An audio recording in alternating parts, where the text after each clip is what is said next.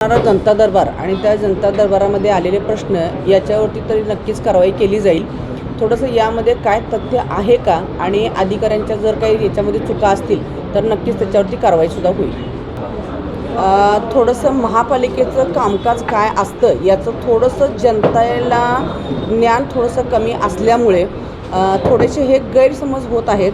अधिकारी लोकंसुद्धा चांगल्या पद्धतीने त्याच्यावरती काम करत आहेत आणि जनतेची नाराजी लवकरात लवकर दूर व्हावी यासाठीच आपण जनता दरबार तसंच माझं शहर माझी जबाबदारी असे उपाययोजना आपण करत आहोत आणि या सगळ्याला लवकरच रिझल्ट मिळेल अशी मी ग्वाही या अनुषंगाने देऊ इच्छितो। आपण निर्गत केल्या होत्या, त्याच्यानंतरचा फ्लो थोडासा कमी आला आणि त्याच्यात आपल्याला यश येत गेलं, ज्याच्यामध्ये 71 तक्रारी होत्या, त्याच्यामध्ये 31 तक्रारींचं आपण निर्गतीकरण केलं होतं। ज्या काही तक्रारी राहत आहेत त्या थोड्याशा न्यायप्रविष्ट असल्यामुळे त्याला थोडासा विलंब होत आहे, पण त्यासुद्धा लवकरात लवकर आपण त्याच्यावरती मी स्वतः नाराज आहे आणि मी स्वतःच ह्याच्यावरती कारवाई केलेली आहे आणि आपण नवीन पॅनलवरती वकीलसुद्धा नव्याने घेत आहोत।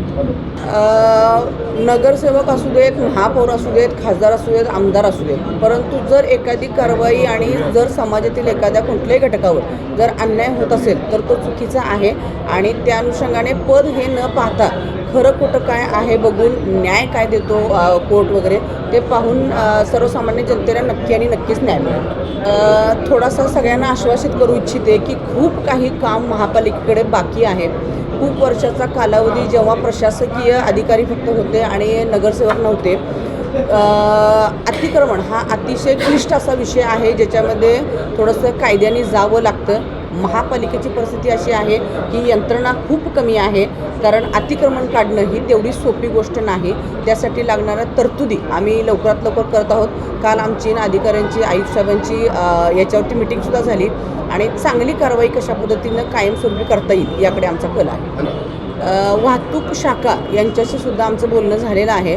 कोल्हापूर शहराला वाहतूक सुस्थितीत करण्यासाठी आपल्याला पोलीस यंत्रणा, वाहतूक यंत्रणा आणि कोल्हापूर प्रशासन आणि त्याचबरोबरीने नगरसेवक या सगळ्यांचं कोऑपरेशन करून मगच ही कारवाई यशस्वी होईल असं मला थोडंसं मी या विषयाला सहमती देणार नाही, कारण खूप सारे विषय ड्रेनेजचे असतील, रस्त्याचे असतील, ते सॉल्व झालेत। असे काही विषय असतात की जे त्या माणसाच्या वैयक्तिक प्लॉटमध्ये असतो किंवा एखाद्या अशा पद्धतीचे काही वैयक्तिक प्रॉपर्टी असतात त्यातले विषय मात्र राहत आहेत, पण महापालिका अंतर्गत असणाऱ्या जागेवरील प्रश्न जे आहेत त्याचं निर्गतीकरण होत आहे। I am also agree for that आणि खरं तर ही कोल्हापूर शहराची खंत मला वाटते की लोकांना हे कळतच नाही की फुटपाथ ही वॉकसाठी असतात आणि या पद्धतीनं सुद्धा थोडीशी कारवाई सध्या सुरू आहे।